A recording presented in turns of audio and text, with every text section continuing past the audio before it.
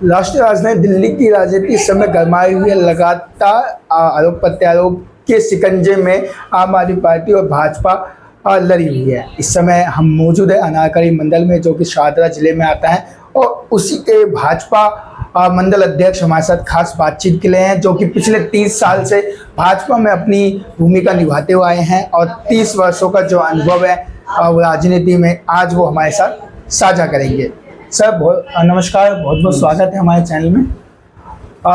Sir बात करें इस समय दिल्ली की राजनीति गरमाई हुई है आने वाले चुनाव को लेकर, और बात करें यहाँ के जो निगम पार्षद है मीनाक्षी शर्मा जी भी आपके ही पार्टी से हैं, भारतीय जनता पार्टी से, और शाहदरा के जो विधायक हैं रामनिवास गोयल आम आदमी पार्टी। अगर बात करें दोनों में सामंजस्य कितना रहता है, क्योंकि दोनों ही प्रमुख नींव हैं, चाहे वो निगम पार्षद हो चाहे वो विधायक।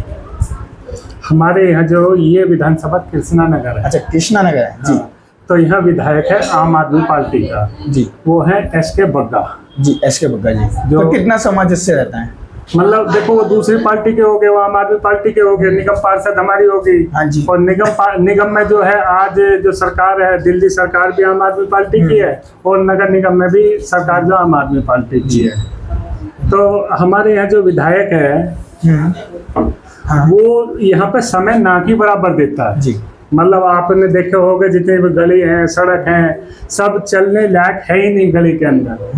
वो विधायक तो वैसे ये समझो कि यहाँ विधायक वो नाम का विधायक है, कहाँ विधायक है जी। बाकी क्षेत्र के अंदर उसका जो आना जाना बिल्कुल नहीं है। और जो हमारे क्षेत्र की निगम पार्षद है वो काम करते हैं, और जैसा भी ऊपर से फंड की कमी है आज की डेट में, ऊपर से फंड नहीं दे रही केजरीवाल सरकार, तो निगम पार्षद काम कहाँ से करेगा? जब फंड ही नहीं देंगे निगम पार्षदों को तो काम कहाँ से होगा? अच्छा अनिल जी, बात करें इसी बीच में आम आदमी पार्टी भी आरोप लगाती है कि कहीं ना कहीं हमारे ऊपर जो एक दबाव है वो एलजी का है, जो केंद्र की तरफ से हमारे ऊपर एक तरह से फंदा बैठाया हुआ है, जो हमारे तमाम कार्यों में बाधा बनते हैं और हमारे फंड को रिलीज करने में एक बड़ी अहम भूमिका निभाते हैं, जो रिलीज नहीं करते हैं। देखो, दिल्ली का जो मेरी जानकारी के अनुसार है जी, शायद देश के अंदर जितने भी प्रदेश हैं ना, सबसे ज्यादा फंड दिल्ली राज्य को मिलता है। वो करीब मेरे हिसाब से 365 करोड़ के आसपास का फंड है जो दिल्ली सरकार को केंद्र सरकार से मिलता है, जैसे जमुना जी का है। और यहाँ अनेक फंड जो सेंट्रल गवर्नमेंट जो देती है।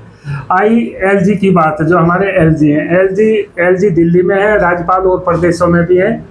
यदि एलजी दखलंदाजी देता है तो शराब के ठेके जो इन्होंने 2500 खोले थे दिल्ली के अंदर, एलजी उनको भी रोक सकता था, क्योंकि ये स्वतंत्र है। उसमें आबकारी विभाग दिल्ली सरकार तो स्वतंत्र है। दूसरा जो हमारे अंदर आज इन्होंने ये जल बोर्ड या फ्री की बिजली की बात करते हैं, 200 यूनिट की बात करते हैं, एलजी तो उन योजनाओं को भी रोक सकता था जो इन्होंने योजना बनाई है। एलजी कोई दखलंदाजी नहीं देता, लेकिन ये प्रोटोकॉल से नहीं चलते, उसमें ये गलत रास्ते से चलते हैं। इन पर जब वो योजना सफल नहीं होती तो एलजी के ऊपर डाल देते हैं। एलजी कोई दखलंदाजी नहीं देता है, एलजी सरकार का आदमी है। एलजी जो एक अच्छा व्यक्ति होता है, कोई एलजी ऐसे थोड़ी किसी सरकार को रोकेगा ना। एलजी के हाथ में ये पावर है, अगर भाई किसी सरकार चुनी हुई सरकार को करेगा। जब ये किसी कार्य में विफल हो जाते हैं ना, तो ये एलजी पर डाल देते हैं। ये काम नहीं करना चाहते दिल्ली के अंदर आज की डेट में। 10 साल हो गए इनको विकास दिल्ली में आए हुए। अच्छा, बात बिजली की ठीक, ये एक स्लोगन भी चला था दिल्ली में बड़ा मशहूर, बिजली का बिल जीरो, मेरा केजरीवाल हीरो। कितना आप इस चीज़ को मानते हैं? नहीं, देखो, ये तो सब जैसे पिछली बार शीला की सरकार थी, सब्सिडी मिलती थी, उसमें भी 60-70% मिलती थी। आज दिल्ली के अंदर जितने भी बिल हैं, मान लिया आप 500 रुपया की बिजली यूज कर रहे हैं, तो उसके अंदर 60% इन्होंने टैक्स लगाए हुए हैं। इन्होंने जो रिटायरमेंट कर्मचारी हैं, पेंशन टैक्स लगाए हुए हैं। इन्होंने पीबीसी एक टैक्स है जो महंगी बिजली खरीदने पर होता है गर्मी के समय में, वो केवल 3 महीने के लिए लगता है। जो इन्होंने पूरे साल के साल वो टैक्स जनता से लगाए हुए है।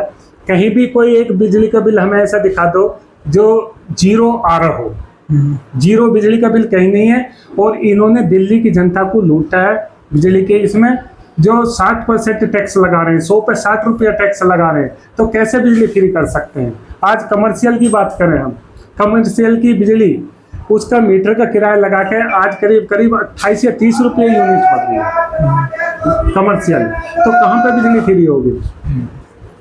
अच्छा सर, बात करें इस समय दिल्ली में महिलाओं के लिए फ्री बस की जो सर्विस है पिछले कई सालों से चल रही है, जो अरविंद केजरीवाल की मुख्य नीतियों में से एक है, और शायद आने वाले समय में ये भी एक एजेंडा बन सकता है जो लगातार अरविंद केजरीवाल अपने भाषणों में कहते हैं कि हम महिलाओं की सुविधा के लिए हमेशा तत्पर रहते हैं, उनके लिए सोचते हैं। देखो, किसी महिला को मान लिया वो सुबह शाम बस से आ रही है, पहली बात तो दिल्ली के अंदर बस नहीं है जी, घंटों घंटों इंतजार करना पड़ता है। जब से महिलाओं के लिए बस की स्कीम लागू करी है, ड्राइवर जो बस स्टैंड पर बस रोकता ही नहीं, यदि उसको नज़र आती है कि महिला खड़ी हुई है तो वो बस रोकता ही नहीं है। दूसरा, मान लिया किसी को 10 या 5 रुपया के दिन में इन्होंने राहत भी दे दी, तो उससे क्या भला होने वाला। मैं तो इन्हें कहता हूँ दो 5-5 हज़ार रुपये महिलाओं को दो, यदि आप महिलाओं को भला करना चाहते हो 5-5, 10-10 हज़ार रुपया दो। दूसरा, जो 60 साल की महिलाएं हैं, पुरुष हैं, उनको पेंशन दो। जो राशन कार्ड है उन्हें राशन कार्ड बनाओ, जिस चीज़ से भला होता है, जिस चीज़ से घर चलता है वो चीज़ दो ना आप इनको। 10 या 5 रुपया में क्या है। और एक स्वाभिमान होता है हर एक का। मान लिया आपने 5 रुपया का टिकट 10 का फ्री कर दिया, उससे कुछ भला होने वाला नहीं। यदि आप हकीकत में महिलाओं को चाहते हो, उन्हें रोजगार दो, वैकेंसी निकाल लो, उन्हें आरक्षण देकर सर्विस दो, सक्षम बनाओ ना महिलाओं को। आज 10 साल हो गए, एक भी राशन कार्ड नहीं बना। 60 साल के जो लोग बाग हैं, जो बुजुर्ग हो गए, उनकी इसे बद्दुआ लगेंगे जो इन्होंने आज तक पेंशन रोकी हुई है। पेंशन चालू ही नहीं है, विडो पेंशन नहीं है, विकलांग पेंशन नहीं है। ये किसने रोक दिए? एलजी ने थोड़ी रोक दिए, ये केजरीवाल ने रोके हुए हैं। आज जल बोर्ड भी घाटे में, डीटीसी भी घाटे में, सारे डिपार्टमेंट घाटे में चल रहे हैं। दिल्ली सरकार कैसे करेगी? जो 65 करोड़ का फंड है जो दिल्ली सरकार को मिलता है, दिल्ली के अंदर दिल्ली पुलिस की तनख्वाह कौन देता है? सेंट्रल गवर्नमेंट देती है। केंद्रीय विद्यालय उनकी तनख्वाह गवर्नमेंट देती है। हॉस्पिटल है उनकी तनख्वाह गवर्नमेंट देती है। इनके पास कितना, जो इनके पास फंड सबसे ज़्यादा, लेकिन ये सब घोटाले में लगा रहे हैं। अनिल जी, अभी देश के प्रधानमंत्री मोदी जी के एक भाषण में एक टैगलाइन बड़ी वायरल हुई थी, उनका एक बयान था। उन्होंने कहा कि मैं माफ़ी चाहता हूं दिल्ली और पंजाब की जनता से, क्योंकि मैं वहां अपनी सुविधाएं नहीं पहुंचा सकता, क्योंकि वहां की सरकार मेरी सुविधाओं को या मेरी योजनाओं को वहां पे लागू नहीं होने दे रही। देखो, एक आयुष्मान योजना मोदी जी ने सेंट्रल गवर्नमेंट के उससे लागू करी थी। एक योजना थी आयुष्मान योजना, वो 0 से लेकर उसकी कितनी भी उम्र हो, सबके लिए 5 लाख का इलाज फ्री था पूरे देश के अंदर। मोदी जी ने एक योजना लागू की थी आयुष्मान योजना। उससे हर देश के हर व्यक्ति का भला होने वाला था, क्योंकि कुछ ऐसे मध्यम वर्गीय परिवार हैं जो अपना हेल्थ बीमा नहीं करवाते। वो गवर्नमेंट ने लागू करके ऐसी योजना बनाई थी, अगर सबको स्वास्थ्य पर अधिकार है, अगर सबका स्वास्थ्य ठीक रहे और यदि बीमार है तो उसका अच्छा एक इलाज मिल जाए। सब इसके अधिकारी हैं भारत के नागरिक। लेकिन दुर्भाग्य हमारे देश का, अगर दिल्ली की केजरीवाल सरकार, पंजाब की जो केजरीवाल की सरकार है वहाँ, और पश्चिम बंगाल में ममता बनर्जी की सरकार है, दुर्भाग्य ये है अगर वो जनता का भला नहीं चाहते और उनका हेल्थ की चिंता नहीं है उन्हें, अगर भी किसी को किसी प्रकार का लाभ मिले। 5 लाख रुपया कम नहीं होते हैं 5 लाख का बिल में। उसके बाद ये चुनाव हुए, मोदी जी ने एक योजना फिर उसमें परिवर्तन किया, और जो 70 साल के बुजुर्ग हैं उनको आयुष्मान योजना दी जाएगी। वो पूरे देश के अंदर लागू है, लेकिन 3 प्रदेशों में लागू नहीं है। क्यों नहीं है? क्योंकि ये जनता का भला चाहते ही नहीं, जो उसमें द्वेष भाव नहीं रखना चाहिए। वो जनता के हित की योजना, और इतनी अच्छी योजना है जिसको 5 लाख का इलाज मिल रहा है। मैं तो मानता हूँ कि इन्हें शर्म आनी चाहिए। इन्हें मैं तो कहता हूँ जो चुनाव आ रहे हैं, जनता इनके जूता मारे चार्ली काट कर, क्योंकि एक अच्छी योजना जो जनता के हित में आने वाली योजना, आयुष्मान योजना, जो बुजुर्ग हैं जिन्हें इस समय आवश्यकता होती है इलाज की, उनको आप इलाज से वंचित रखना चाहते हो क्या? ये मतलब हम हिंदुस्तान नहीं है, हम भारत के नागरिक हैं। वो राज्य दे रहे तो इनको क्या दिक्कत है? अपने राज्य में दो ना। क्यों नहीं दे रहे? क्योंकि इनको अंदर से डर है। एक अच्छी योजना को ये लागू नहीं करते। क्यों नहीं करते? सेंटर ने सबके लिए दिया ना। क्यों वंचित रख रहे हो दिल्ली के लोगों को? क्यों रख रहे हो पंजाब के लोगों को? क्यों पश्चिम बंगाल के लोगों को? उन्हें भी तो अधिकार है ये, अगर सेंटर की योजना का हमें लाभ मिले। ये लागू ही नहीं करते। अनिल जी, अपने मुद्दे को वापस आते हैं। दिल्ली में 2025 में विधानसभा चुनाव है, जिसको लेकर लगातार भाजपा भी इसकी तैयारी कर रही है। अगर बात की जाए तो बूथों पे उनके बूथ पे कार्यकर्ता मौजूद हैं, जगह जगह पर बूथ पे कार्यकर्ता मौजूद है, और कमल सखी जैसे प्रोजेक्ट भी चलाए जा रहे हैं। क्या कुछ कहना चाहेंगे इस बार भाजपा की रणनीति को लेकर? आने वाले 5 साल की रणनीति क्या है और चुनाव की रणनीति क्या है? देखो, भारतीय जनता पार्टी का कार्यकर्ता कोई भी है, छोटे से कार्यकर्ता लेकर बड़े तक, वो कार्यकर्ता हमेशा जनता के बीच में रहता है और उसका राजनीति करने का उद्देश्य नहीं है, उसका केवल उद्देश्य है जनसेवा करने का। मतलब जनता के बीच में रहे और जनता की सेवा करे जी। ये हमारा एक सेवा करने का माध्यम है। 2025 का विधानसभा चुनाव एक ऐतिहासिक चुनाव होने वाला है दिल्ली के अंदर जी। क्योंकि जो दिल्ली के अंदर दो सरकार रही हैं अधिकतर, एक कांग्रेस की और एक आम आदमी पार्टी की। ये कांग्रेस और आम आदमी पार्टी दोनों आपस में लड़ते थे, वो उसे भ्रष्टाचारी बताते थे, ये उसे भ्रष्टाचारी बताते थे। आज इन्होंने दिल्ली के अंदर समझौता किया लोकसभा में, जनता ने इनको ठुकरा दिया और साथ के साथ सीट बीजेपी को दिए। आने वाले समय जो हमारा 2025 का चुनाव है, ये एक ऐतिहासिक चुनाव होगा दिल्ली के अंदर। दिल्ली के अंदर 70 सीट है, केजरीवाल को 0 मिलने वाली है इस चुनाव के अंदर। ये मैं दावे के साथ कह सकता हूँ, क्योंकि इन्होंने दिल्ली को ठगा है और दिल्ली की जनता को ठगा। आयुष्मान जैसी योजना, सीवर जाम, पीने का पानी सप्लाई है जो गंदा है, जमुना जी के अंदर आज कोई हाथ भी पानी में नहीं डालने से डरता है, तो क्या करेंगे देश के अंदर। पर लेकिन अरविंद केजरीवाल लगातार जनता की अदालत में अपना ईमानदारी का सर्टिफिकेट मांग रहे हैं। उनका ये कहना है कि जनता उन्हें जब ईमानदारी का सर्टिफिकेट देगी तब वो उस गद्दी पे वापस विराजमान होंगे 2025 इलेक्शन के बाद। और उनका ये भी दावा है कि जनता उन्हें करीब 45+ सीटों से इस बार विधानसभा में लेके आने वाली है। क्या कहना चाहिए?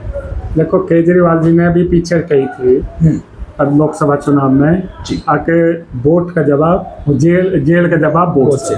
उसने बोला था जेल का जवाब वोट से। जनता ने दे दिया जवाब। उसको क्या जवाब दिया? आप जेल के अंदर रहो, आपने भ्रष्टाचार किया है, आपने शराब घोटाला किया है, आपने दिल्ली के अंदर पता नहीं कितने घोटाले हैं, जल बोर्ड घोटाला है, इतने घोटाले हैं कि शायद इसने तो कांग्रेस को भी पीछे छोड़ दिया घोटाले में। इतने घोटाले इसने किए हैं। और ये जो जनता की अदालत है 2025 में आने वाली है, दिल्ली की जनता इसे माफ़ करने वाली नहीं है। अगर भाई आपने जो ये काम किया है इसको माफ़ नहीं करने वाली। ज़्यादा समय नहीं है, फरवरी में चुनाव है, 2 महीने के बाद चुनाव है। ये देश की जनता के सामने आ जाएगा। जो जनता की अदालत है वो माफ़ इसे नहीं करेगी। और जो हमारी कानून की अदालत है, जहाँ हमारा न्याय मिलता है, न्याय का मंदिर है कोर्ट, वहाँ भी उन्होंने इस पर बैन कर दिया है। अगर भाई आप मुख्यमंत्री के कुर्सी पे नहीं बैठोगे, आप आवास में नहीं जाओगे, साइन नहीं करोगे। क्यों किया? क्योंकि इनके खिलाफ सबूत है और सबूत जो केस चलता है वो सबूत के आधार पर चलता है, हमारे और आपके कहने से नहीं चलता। माननीय कोर्ट है, हमारा उच्च न्यायालय है, वो न्याय करेगा जनता के साथ और दोषी को सजा देगा। ये थे हमारे साथ अनिल जी, जो कि नारकली जो मंडल है उसके मंडल अध्यक्ष हैं। इन्होंने कहा कि पिछली बार भी अरविंद केजरीवाल ने कि तो वोट को जेल का जवाब वोट से कहा था और जनता ने उन्हें वोट से उसका जवाब दे दिया था और भारतीय जनता पार्टी को 7 सीट पे पूर्ण बहुमत के साथ विराजमान किया था। और इस बार भी इनका यही कहना है कि दिल्ली में फिर से जनता इसका जवाब जरूर देगी और जनता की अदालत में उनको उनका सर्टिफिकेट मिल जाएगा और भाजपा की जो सरकार है वो दिल्ली में इस बार देखने को मिलेगी। ये बड़ा दिलचस्प होगा कि अब 2025 के चुनाव में किसकी बनेगी सरकार, क्योंकि जो कांग्रेस भी जहाँ पे पीछे नजर आ रही थी कि जो रेस से खत्म हो चुकी है, पर अब वो ही वापसी कर रही है, क्योंकि दिल्ली प्रदेश कमेटी और दिल्ली कमेटी प्रदेश के अध्यक्ष देवेंद्र यादव भी लगातार अपनी न्याय यात्रा दिल्ली में चला रहे हैं, जिसमें वो बड़े बड़े चेहरे, चाहे वो भोजपुरी अभिनेता अभिनेत्री हो, उनके चेहरे के माध्यम से उस न्याय यात्रा को बढ़ा रहे हैं। अब देखने वाली बात ये होगी 2025 के विधानसभा के बाद भाजपा की सरकार होगी, आम आदमी की या फिर कांग्रेस की। ऐसी तमाम बड़ी खबरों के लिए देखते हैं एएन न्यूज़।